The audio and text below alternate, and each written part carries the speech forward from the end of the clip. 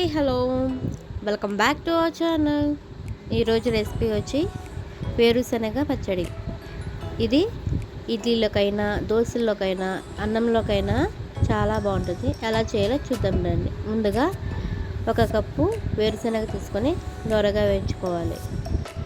మరొక కప్పు పచ్చిమిర్చి తీసుకొని మంచిగా వేయించుకోవాలి. వేగిన వాటిని మిక్సీ జార్లో తీసుకొని వెల్లుల్లి, జీలకర్ర, రుచికి తగినంత ఉప్పు వేసి బ్లెండ్ చేసుకోవాలి.